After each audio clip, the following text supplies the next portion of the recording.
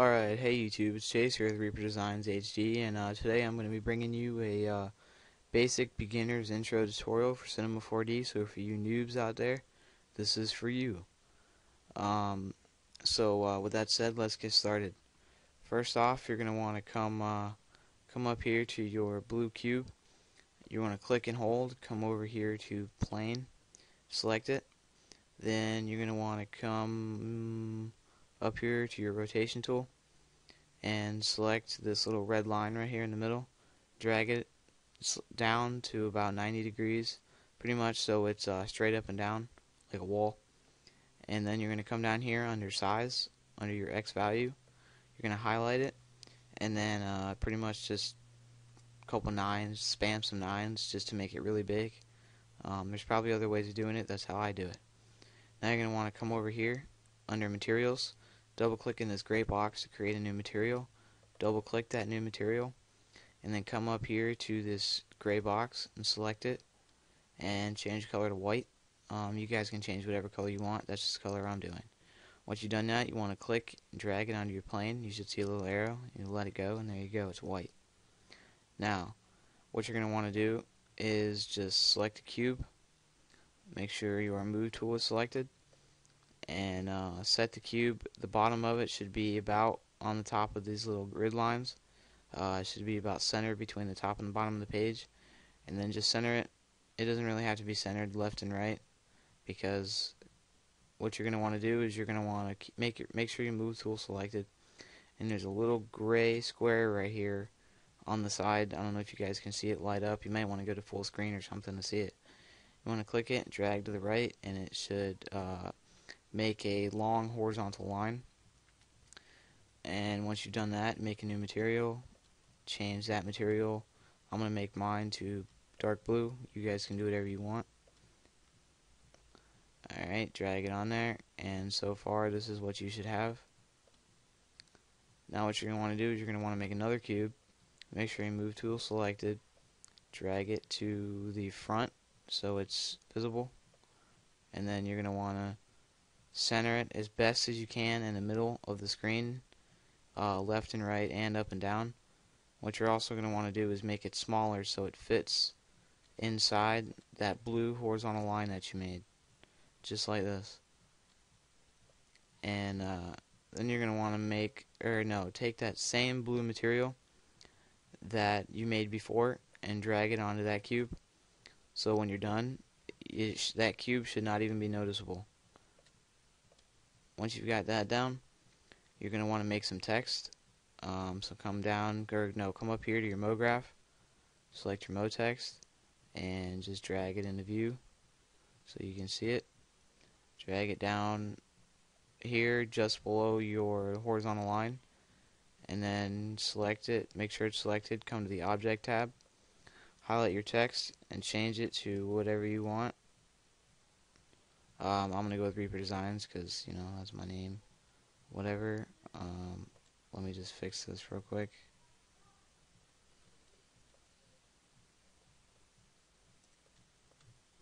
Alright. You can also change the font and all that stuff. I'm going to make it 80 depth, which means depth means how thick it is. Change my font this, and make that text just a little smaller. Alright, once you've got that, just make sure you got it down centered. And a tip for you guys, I don't know if you guys can see this, but there's little gray boxes, like they're not gray boxes, but it's gray over on the sides, and then in the white, in the middle is white. This white area in the middle is only what you see. If your text goes outside of this white line and goes into the gray, it's not visible. So you're going to want to make sure that your text fits inside that white area in the middle. Well, whatever color you have. If it's blue, it's going to be blue, whatever. Alright. Then you're going to want to select your rotation tool and rotate your text about 10 degrees so it's looking right up at you. Select your move tool, select the blue line in the back, and just make it disappear, push it back behind that white layer. and this is going to be the beginning of your intro. Now, what you're also going to want to do is come up, make sure that you are centered in the screen right where you want to be looking when you're watching the video or the intro, and come up here to this blue little curve. It's called a bend, and select your camera.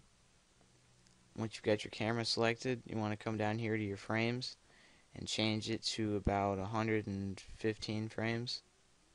115, and click this little arrow and drag it all the way to the end, so it should say 115. Now you're going to want to drag to frame 0 and select that cube that you made, the one that's supposed to be hidden. And you're going to want to come down here, it should be right under about frame 100. And it's a little red circle with a key inside of it. You're going to click it. That's called a keyframe. Now you're going to want to drag the green bar to about frame 70. Then you want to make sure your cube is selected. Come to your rotation tool, and you're just going to rotate it to look something like what I have. Just pretty much so that corner is pointing directly at you, or somewhat at you, just like that.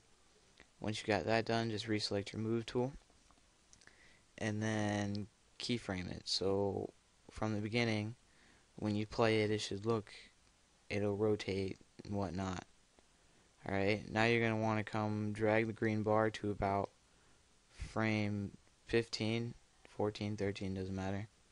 Select your text that you made previously and drag it into visibility. You guys can also change the text color to blue or whatever. I'll just make it blue real quick.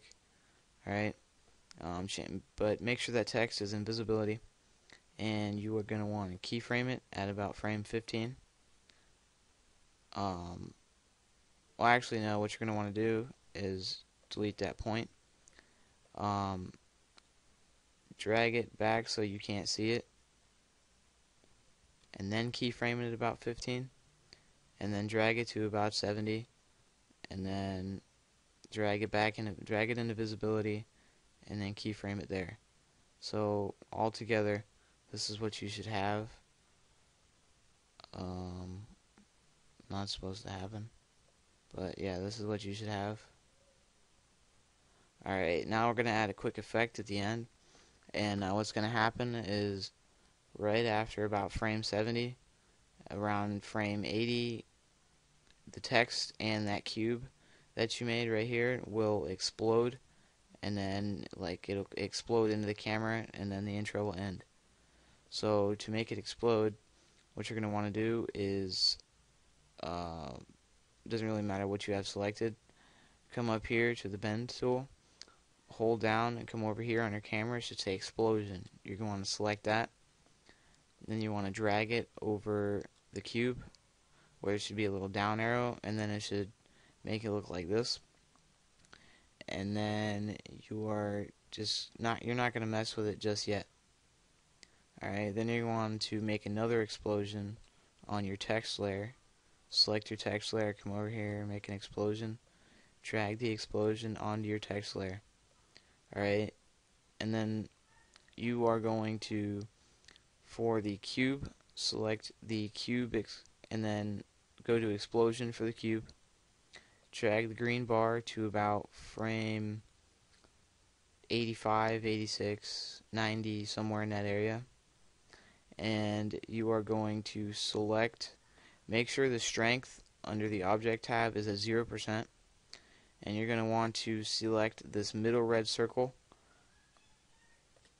and then also hit the keyframe button, and then drag all the way to the end, and then make that strength go all the way.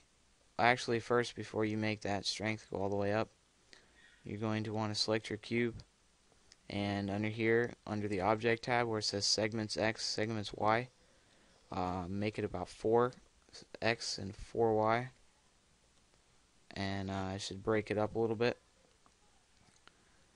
and then reselect your explosion, make the strength go all the way up, and you can see the cube kind of like explodes there. You can make it go all the way to 100. I'm just going to go to about 65. Then you're going to want to hit that keyframe button again and hit that keyframe as well. So you should see an explosion.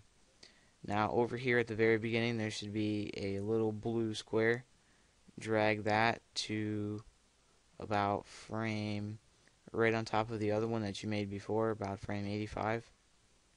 So when you play your intro, it should look like this, and then it explodes. Alright, now you're going to want to do the same thing with your text layer. You're going to select your text layer, and you are going to go to explosion on the text layer, and you're going to do it around the same frame as the cube explodes, so about frame 86, and you're going to select this middle red keyframe button, then you're going to select the left keyframe button, and then you're going to drag all the way to the end and turn the strength all the way up. Well, not all the way. I'm going to go to about 50, 56, 57, and then you're going to hit the keyframe button again, and then come all the way to the left and click that blue and drag it all just on top of the other one. So what you should have when you play it is this. And you got that nice little explosion effect at the end, and then it's over. Alright, now I'm just going to show you guys how to save it real quick, because for you noobs out there that don't know, you're going to come up here.